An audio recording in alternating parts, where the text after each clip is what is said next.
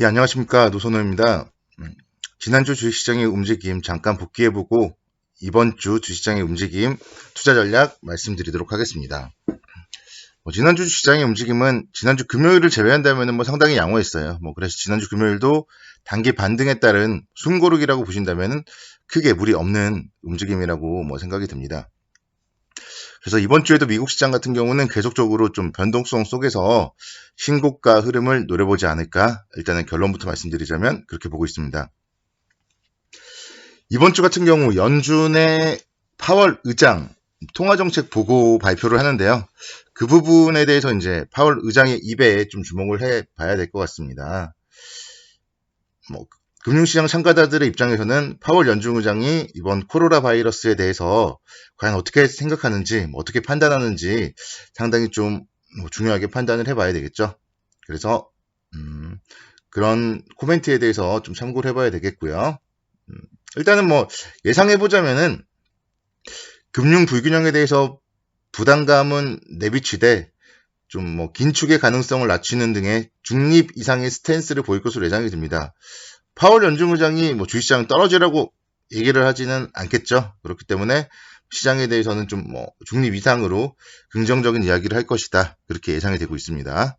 그리고 주 후반부에는 이제 미국의 소매 판매 그리고 산업 생산 지표 발표들이 예상이 되는데요. 일단은 소매 판매 같은 경우는 지금 전월 대비 0.3% 정도 증가하면서 증가세를 이어나갈 것으로 전망이 되고 있고, 산업 생산은 전월 대비 한 0.2% 정도 감소할 것으로 전망이 되고 있습니다. 상대적으로 미국 제조업 경기는 지금 부진한 상황이고요.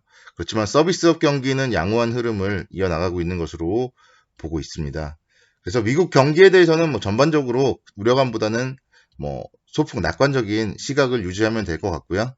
미국의 주시장 역시 계속적으로 지금 우려감에도 불구하고 지지난주 금요일날 엄청난 급락을 했지만 바로 또 지난주 수요일날 목요일날 신고가 흐름을 내는 흐름, 금요일날 약간 숨을 골았기 때문에 이런 움직임이라면은 다우지수 조만간에 3만 포인트 정도까지도 계속적으로 상승을 하지 않을까. 그리고 나스닥 지수도 이제 9,500포인트죠.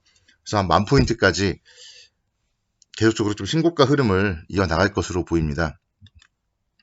상해 종합 주가 지수의 움직임도 상당히 대단했습니다. 상해 종합 주가 지수 지난주에 무려 5거래일 동안 장대 양봉의 움직임을 보였어요. 그래서 물론 아직도 춘절 연휴 이전의 움직임까지는 못 미치고 있지만 시장은 일단 우려감을 뒤로 한 채 지금 상승을 하고 있다고 보시면 되겠습니다. 지난주에 중국의 12개 지방정부에서 인프라 투자 계획을 발표했습니다. 그런 가운데서 계속적으로 그러니까 부양책이 나오고 있다는 점이 긍정적이고요.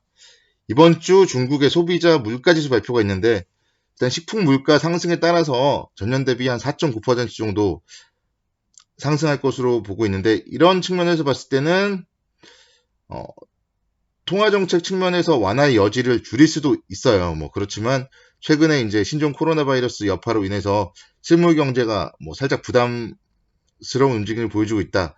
이런 최근의 움직임을 고려했을 때는 금리 인하의 가능성 등 밀렸을 때는 항상 금리 인하 가능성이 긍정적으로 좀 작용을 하면서 경기 부양 가능성이 저점을 지지해 줄 수 있기 때문에 하락을 했을 때는 좀 긍정적인 관점으로 접근을 하시면 좋을 것 같습니다.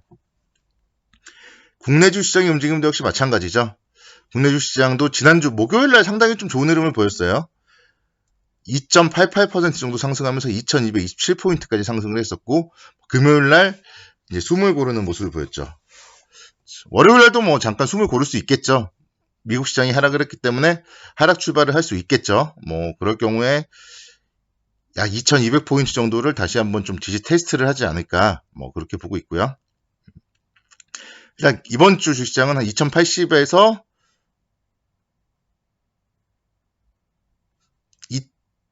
2180이요. 2180은 지난주에 정말 저점이었었고, 이번 주는 2180에서 2250포인트 정도 좀 박스권 움직임을 보일 걸로 보입니다. 이번 주 목요일날 옵션 만기를 앞두고 있어요. 그래서 일단 옵션 만기가 관련돼서 어떤 포지션들 잡고 있는지, 개인 투자자들 그리고 뭐 외국인 기관 투자자들이 어떤 포지션으로 움직이는지 관심 있게 살펴봐야 되고요. 이번 주에 좀 박스권 움직임을 보이면서 이제 갭을 메운 이후에 지지 테스트를 하고 뭐 이런 모습들을 보이다가 결론은 제가 지난주에도 말씀드렸듯이 올해 2,500포인트 다 간다 말씀드렸잖아요. 그래서 결론은 2,500포인트예요. 그래서 2,500포인트를 향해서 나아갈 것이기 때문에 항상 밀렸을 때는 긍정적으로 좀 매수 관점으로 접근을 하셔도 무리가 없을 것 같습니다. 2,277포인트가 지금 1월 달에 기록했던 고점이죠. 그래서 그 부분 돌파되는 흐름이 나온다면 이제 신고가 이후에 저항선이 없어요. 그래서 뭐 그 다음에도 뭐 뭔가 악재가 나올 수도 있겠지만 우선적으로 지금 상황에서 봤을 때는 이 코로나 바이러스에 대한 악재는 어느 정도 주가에 1차 반영이 되었고 2차 뭐 반영이 된다 하더라도 결국 쌍바닥을 만드는 흐름 보일 것이고 그 이후에 신고가를 냈을 때 움직임을 뭐 상당히 긍정적으로 본다면은 올해 안에 2,500포인트까지 이렇게 상승을 하는 주시장에 대해서 좀 상당히 좀 기대를 해 보셔야 될 것 같습니다. 그래서 조정 시에는 매수 관점으로 접근하자 항상 이렇게 말씀을 드리겠고요. 그래서 지난주에도 제가 말씀드렸던 종목들, 지난주에 추천드렸던 종목들의 움직임 뭐 상당히 좋았습니다. 카카오 같은 경우 마찬가지. 지난주 금요일날 시장이 안 좋았지만 상승을 하면서 17만 원까지도 올랐어요. 17만 500원까지도 상승을 했기 때문에 이런 종목들 월요일날 샀다면 행복하죠. 월화수목금 뭐 손실 구간으로 안 가기 때문에 행복한 모습인데 다음 주에도 역시 밀린다면 좀 관심 있게 뭐 계속적으로 밀릴 땐 관심 있게 보셔야 되고 17만 2,500원 라인이 신고가 라인이에요. 그래서 여기를 돌파한다면은 일정 부분은 계속적으로 끌고 가봐야죠. 일정 부분은 뭐 15만 5천 원에서 이제 매수했기 때문에 16만 5천 원, 17만 원에서 일부는 차익 실현을 하고요.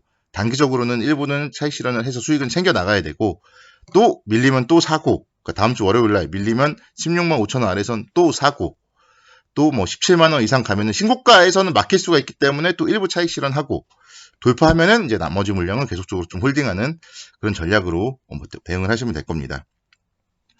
SK 하이닉스의 움직임도 마찬가지예요. 지난주 월요일 날 추천을 드렸고 뭐 이후의 움직임 양봉의 크기를 보시죠. 양봉의 크기가 상당히 커요. 그래서 장대 양봉으로 10만 원대까지도 상승을 했습니다. 그래서 9만 원, 1,000원대에서 10만 원대까지 이렇게 상승을 하는 움직임이기 때문에 일부는 그러니까 차익 실현을 하시고 밀리면 또 사야 돼요. 이 종목은 또 98,000원, 뭐 96,000원 이런 마디까지 밀린다. 그러면은 땡큐 이러면서 사주시고요. 역시 10만 원대 이상에서는 단기 차익 실현 하되 10만 3,500원을 가면은 저항이 없어요. 그래서 이런 종목들 계속적으로 신고가를 시장과 함께 내는 이런 종목들은 긍정적으로 조정 시에 이번 주에도 좀 모아 나갔으면 좋겠습니다. 그래서 이번 주 추천 종목은 또 다음 방송에서 말씀을 드릴 거예요. 그래서 시장에 대한 방송도 좋아요, 구독하기 꼭 눌러주시고 다음 방송에서 이번 주에 말씀드릴 추천주 말씀드릴 테니까 그 방송도 꼭 보시고 이번 주도 수익 많이 올리시기 바랍니다. 수고 많으셨습니다.